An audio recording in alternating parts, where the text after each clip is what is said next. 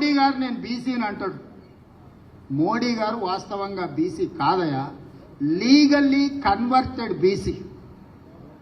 నేను చాలా జాగ్రత్తగా ఈ పదం ఆడుతున్నా, లీగల్లీ కన్వర్టెడ్ బీసీ. 2001 వరకు ఆయన ముఖ్యమంత్రి కానంత వరకు ఆయన కులము గుజరాత్ రాష్ట్రంలో ఉన్నత వర్గాలలో ఉండే.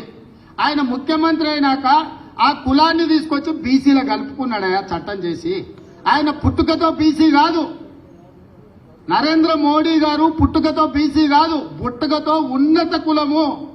కానీ 2001లో ఆయన ముఖ్యమంత్రి అయిన తర్వాత ఆయన కులాన్ని తీసుకొచ్చి బీసీ కులాలలో కలిపి మీ దాంట్లో ఇత్తేసి పొత్తుగూడిడు. ఇక మీ ఇష్టం, ఆ పైన మీ ఇష్టం. ఆయన కుర్చీలో నేను బీసీని ఉన్నా కదా మీకందరికి ఎందుకు అంటుండు. ఆయన సర్టిఫికెట్ ఈరోజు బీసీ ఉండొచ్చు, కానీ మనస్తత్వం మాత్రము బీసీల వ్యతిరేక మనస్తత్వం.